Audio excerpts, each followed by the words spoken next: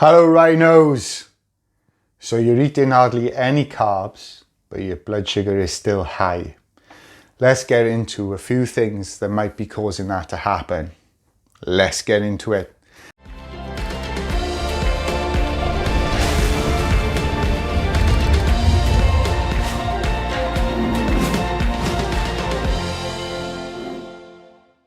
My name is John Collett, and in March 2018 I got diagnosed with type 2 diabetes. Within 6 months I managed to reverse my condition, and I want to help you do the same. So you've been eating hardly any carbs and still your blood sugar is really high. So in this video, let's have a look and see a list of things that could be causing that to happen. The first thing that could be is that you have what we call chronic insulin resistance, because make it clear that type 2 diabetes is mostly an insulin resistance problem. So what do we mean by that? Well, every time we eat food, that food gets turned into glucose, and then what we've got is millions and millions of cells in our body that wants to absorb that energy so that we've got energy to go through the day. So to do that, what happens is our pancreas produces insulin. And what you've got to imagine now is the cell is full of energy, and on there is a lock. And when the insulin comes along, it's a key, and then when you put the key in, it unlocks it and allows the cells to absorb more energy. The problem is that cell is so now bloated with energy, okay, or fat. They say it's a fat cell. It's so big, it can't get any bigger. There's no more room for it to move. So what it does, it tries to protect itself, and it changes the shape of the lock, okay? So when the key comes along to put it in, to turn it, it don't go in. Nothing happens. It ignores it. So that energy has got to go somewhere. So insulin, you've got to understand, is a fat storage hormone, and what it does, it stores all that energy in fat in your body so that you can burn it later when you need to. When you are hungry, you can burn it from your fat instead. That's the idea. The problem with that is right now that doesn't happen. When you start going on a diet, eating real food, or say a low carb, ketogenic or plant-based, what happens is the fat in there, the cells become less depleted with energy. The fat cells become more depleted with energy, and so they're more eager now to absorb that energy. So the lock changes. So that when the insulin comes along, the key will go in, it'll open up and accept the energy. But what you've got to realize, depending on how long you've been a type 2 diabetic, how long that situation has not been taken care of, it might take longer for that to happen. Okay, so if you've only been eating healthy for maybe sort of 3 to 5 months, that might be longer for you. That might be 7, 8, 9 months. It might be 10 months. It might be a year. Okay, because you have got chronic insulin resistance, and it's just going to take longer for that to happen. And that could be one of the reasons. You just need to be more patient. Okay. I'm not a patient person. It doesn't go down well with me either when I'm told, but you just maybe need to be more patient to get where you want to be. The next reason that it could be is that you're eating the recommended diet given to you by your health board. Okay, so this recommended diet can still consist of things like pasta, rice and potatoes, and these are all white flour, and these foods spike your blood sugar massively. So if you're still eating those foods, then you need to cut them out. But what I would advise to you is to replace them with other foods, real food instead. So for instance, pasta I've replaced with courgette, spaghetti or zucchini if you live in the US, rice with cauliflower rice, flour with almond flour, potatoes with sweet potatoes. Okay, do those exchanges, swap those foods over, give it a bit of time, 3 to 5 months, see what your blood sugar is like then, and that might be one of the reasons. The next thing to try is what we call intermittent fasting. Intermittent fasting is a great way of getting your blood sugar under control. And intermittent fasting, what that involves, it means going a period of time where you don't eat. So for instance, we all intermittent fast in some way or another.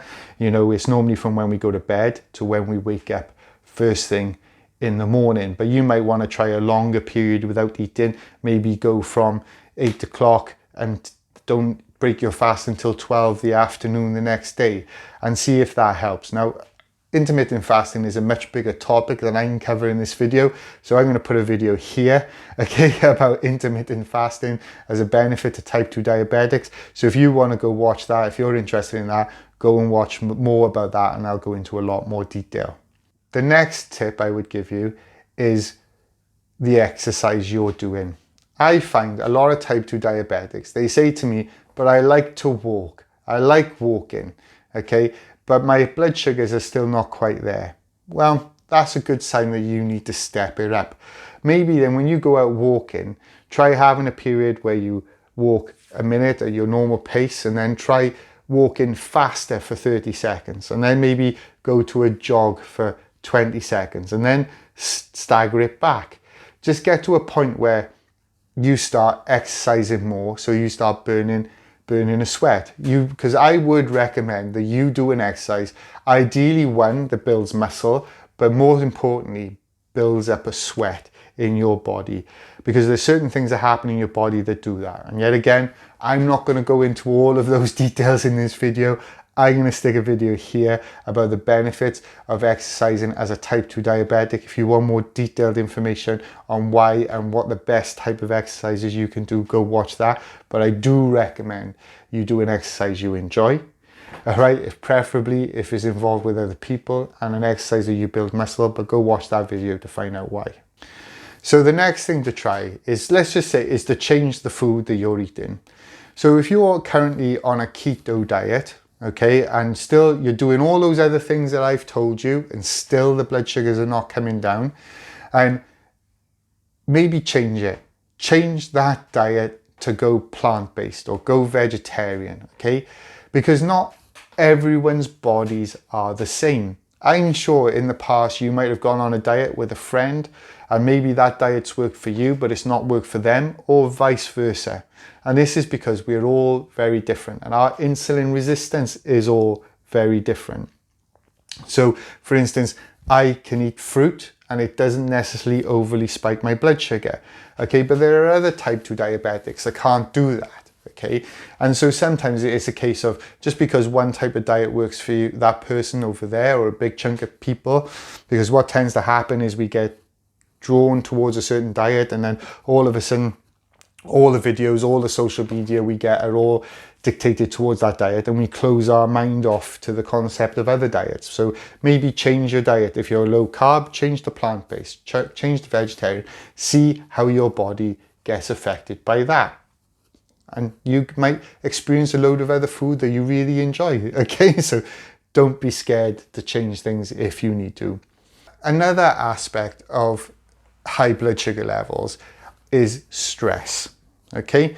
And stress levels can be elevated for a number of different reasons. And one of those reasons could be sleep.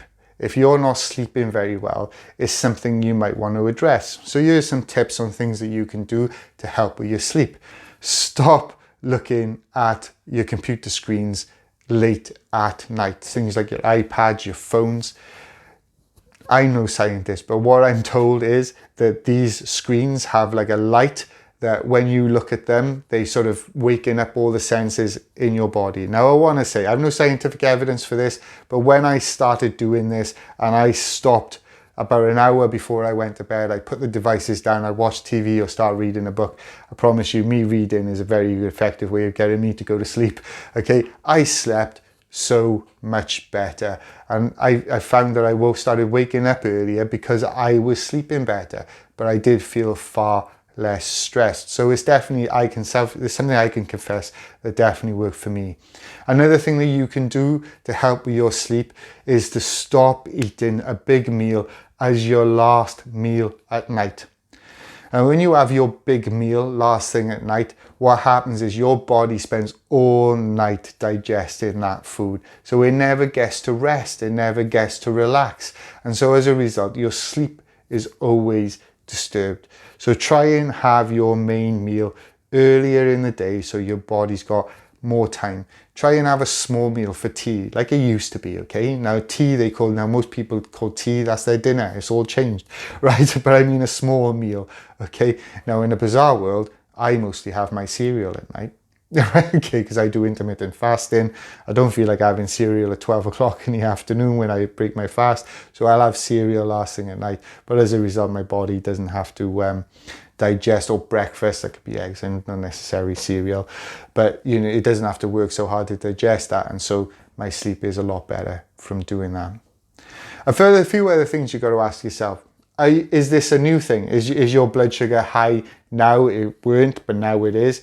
Are you taking medication to help with an infection, you know, to treat that infection?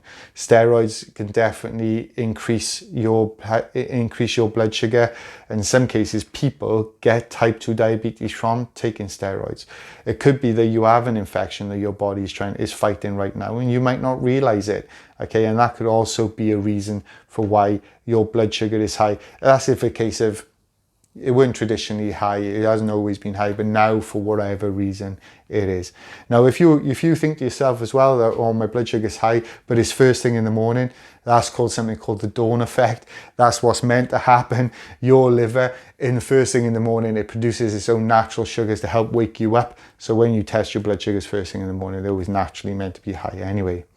So they are my tips for helping you, for when your blood sugar is high, even though you've cut out all the carbs that you can think of. Okay, so I hope you find that useful. Now, if you want more help and helping to reverse your type 2 diabetes naturally, we have a membership site that you can join.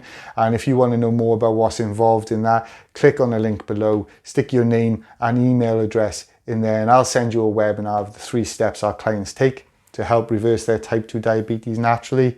And I'm going to stick a load of videos here about type 2 diabetes to help you reverse your condition. And just remember, you're not a number, you're a rhino. Now charge.